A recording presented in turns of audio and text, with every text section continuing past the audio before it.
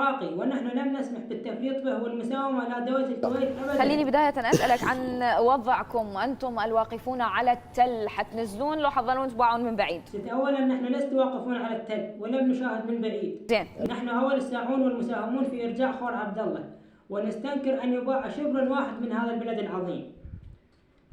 ولكن تعرفين نحن نمر في أيام مصاب أبي عبد الله الحسين، والخدمة الحسينية أشغلتنا عن إرجاع الخور، ولكن سوف يكون لنا رأي آخر بعد زيارة ال40. زين، بس قل لي ماذا بعد ال40؟ بعد زيارة ال40 مباشرة سوف يكون لنا شأن آخر مع قرية الكويت، إذا ما رجعوا خورنا بالسياسة. وخاف حسبانهم صدام حسين احتلاهم باصات، لا احنا نحتلهم بويسكل وزوارق.